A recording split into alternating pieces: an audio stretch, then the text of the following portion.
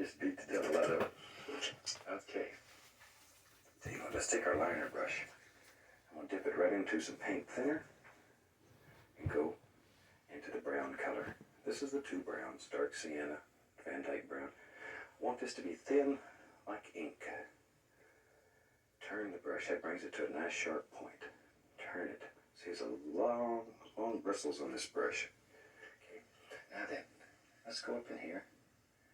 And we'll just begin putting in all kinds of little tree trunks and stems and twigs. There, just wherever you want them. As I say, we're going to come back and put leaves on all these trees here, so a lot of these are going to be covered up.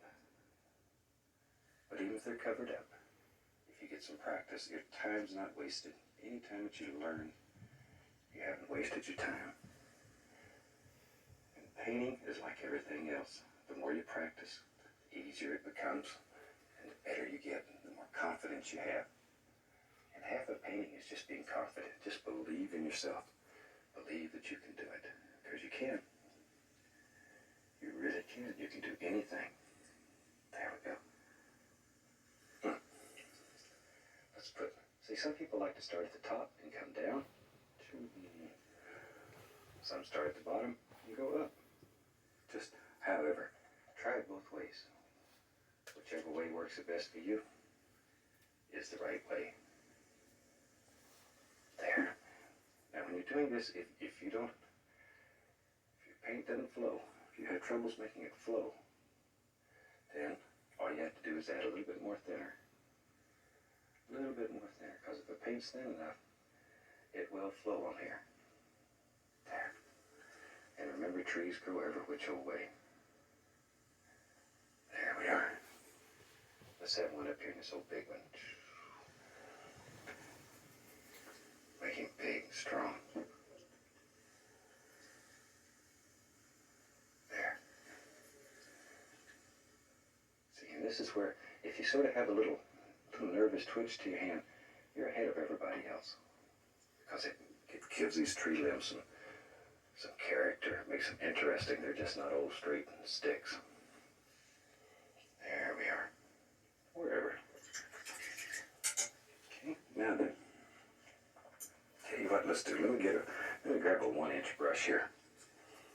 I'm going to go into a small amount of the dark sienna first, just to get a little color on the brush. And I'm going to go right down here to the yellow, cad yellow.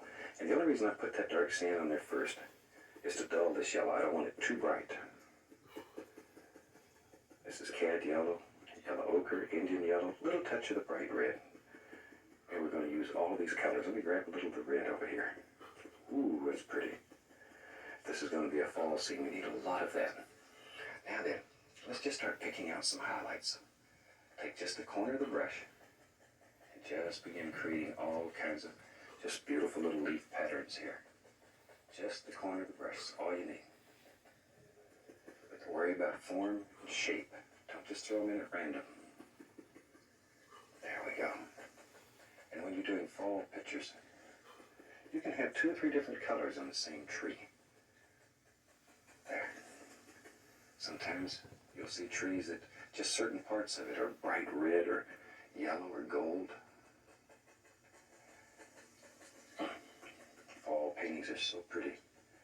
And they go well with most things that people have in their homes. A lot of times, if you're out selling paintings, you'll find that people buy paintings as much for color as for content. There we are. They're looking for something maybe that matches something in their living room or bedroom or wherever they're going to hang that painting. So a lot of times color is more important than content. I know it sounds crazy. Pick up a little Indian yellow here and there too. That's a nice transparent yellow color, just really zings through that. There. See all those little things. Once again, think about form and shape, and there's limbs inside of there. Don't just hit it at random. Do one bush at a time, one tree at a time. Make friends with him. Give him a name if necessary.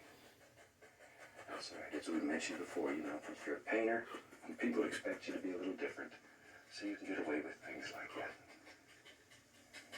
There we are. get so many fantastic letters from people all over the country. And they send me ideas. This idea came from a card someone had sent me. If there's things that you want to see that I'm not doing, drop me a line. Let me know what it is that you want to see. I'd love to hear from you. And if you're painting, send me a photograph of what you're painting. I'd love to see that. It's unbelievable what some people are doing. Absolutely unbelievable.